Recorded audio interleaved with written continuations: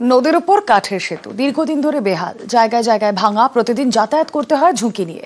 সেই জায়গায় তৈরি হচ্ছে নতুন সেতু। এর জন্য প্রায় 1.5 কোটি টাকা বরাদ্দ করেছে সেচ দফতর। দুর্ভোগ কাটার অপেক্ষায় নদীয়ার নদী পাড়ের বাসিন্দারা।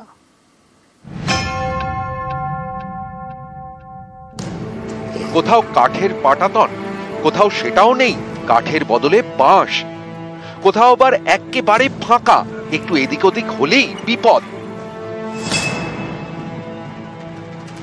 নদিয়ার নাকাশিপাড়ায় দীর্ঘদিনের পুরনো কাঠের সেতু, প্রতিদিন যাতায়াত করতে হয় প্রাণের ঝুঁকি নিয়ে।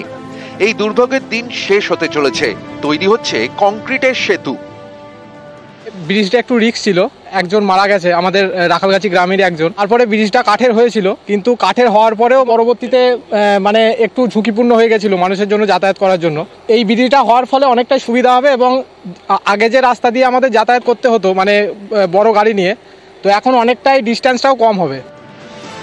নাকাশিপাড়া ব্লকের মুড়াগাছা গ্রাম পঞ্চায়েত, গা ঘেঁষে বয়ে গিয়েছে গুড়গুড়িয়া নদী। নদীর অন্য পারে কৃষ্ণনগর 2 নম্বর ব্লকের সাধনপাড়া গ্রাম পঞ্চায়েত। এই নদী পারাপারের জন্য বাসিন্দাদের বড় ভরসা কাঠের সেতু, সেটাই দীর্ঘদিন ধরে বেহাল। স্থানীয়দের দাবি, এই সেতু পারাপার করতে বেশ কয়েকবার দুর্ঘটনা ঘটেছে, তাই পাকা সেতুর দাবি ছিল দীর্ঘদিনের। সেই মতো উদ্যোগ নেন নাকাশিপাড়ার তৃণমূল বিধায়ক কল্লোল খাঁ। কথা বলেন সেচ দপ্তরের সঙ্গে, ঠিক হয় কাঠের সেতুর জায়গায় তৈরি হবে কংক্রিটের সেতু। এর জন্য 1.40 কোটি টাকা বরাদ্দ করে সেচ দপ্তর। সেই কাজ শুরুও হয়ে গিয়েছে। কাজ শুরু হয়েছে, দেখছি আমরা এতে খুব আনন্দিত গ্রামবাসী, এবং আমাদের বাচ্চারা এইখান দিয়ে জীবন হাতে করে যায়, আমাদের সেটা খুব খারাপ লাগে। তার জন্য আমরা খুব আনন্দিত। উনি আমাদের এই উন্নয়ন প্রকল্পের জন্য আমাদের মুখ খুলে তাকিয়েছে, এটা আমাদের গ্রামবাসী, আমরা সবাই খুব খুশি। কংক্রিটের ব্রিজ অনুমোদিত হয়েছে।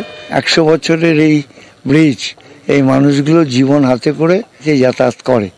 1.40 কোটি টাকার কাছে পাকা ব্রিজটা করবার অনুমোদন মেলে এবং কাজও নদিয়া জেলা পরিষদের সেচ দপ্তরের তত্ত্বাবধানে শুরু হয়। এই এলাকার অন্তত 4-5টা গ্রামের মানুষ, 5-7 হাজার মানুষ উপকৃত হবে। নদিয়া থেকে সমীর রুদ্র, নিউজ 18 বাংলা।